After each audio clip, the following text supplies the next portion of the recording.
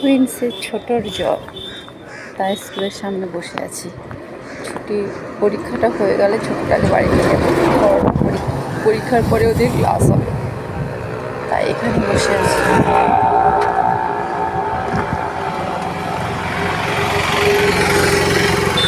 সকাল থেকে তাই পুজোও হয়নি, খাওয়াও হয়নি, স্নানও হয়নি।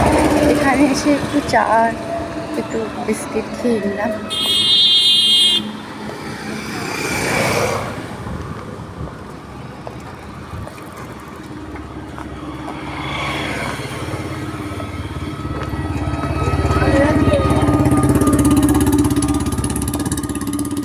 সারা রাত ঘুমও হয়নি, সারা রাত জ্বর, মেয়েটা ভালো করে পড়তেও পারেনি, কি পরীক্ষা দিচ্ছে। বড়টা অবশ্য সুস্থ আছে, ওদের একসঙ্গেই জ্বরটা হয়, কিন্তু একটু বড় হয়েছে তো, ওই জন্যে হয়তো বড়টার কিছু হয়নি, ছোটটা জ্বর এসছে। আর বলা যায় না, আবার 2-3 দিন পরে আবার বড়টার ঠিক এসে যাবে।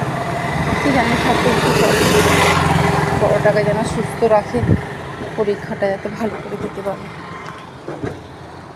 এই ওদের স্কুলের সামনে হাঁটছি, বসার ওইখানে জায়গা নেই তেমন, শুধু গাড়ি আর গাড়ি। বসে আছি, দাঁড়িয়ে আছি। 10টা বাজলে তারপরে এই পরীক্ষা শেষ হবে, তারপরে অ্যাপ্লিকেশান দেওয়া আছে। 10টার সময় ছুটি নেই, বসে আছি। ছোটোটার জ্বর হলে খুব কষ্ট হয়, ওর মাথা ঘোরাবে, পা এগুলোর যন্ত্রণা হচ্ছে। সকালবেলা জ্বরের ওষুধ খাইয়ে তারপরে নিয়ে এসেছি। আর পরীক্ষা হয়ে গেলে ডাক্তারবাবুর কাছে নাম লিখিয়েছি।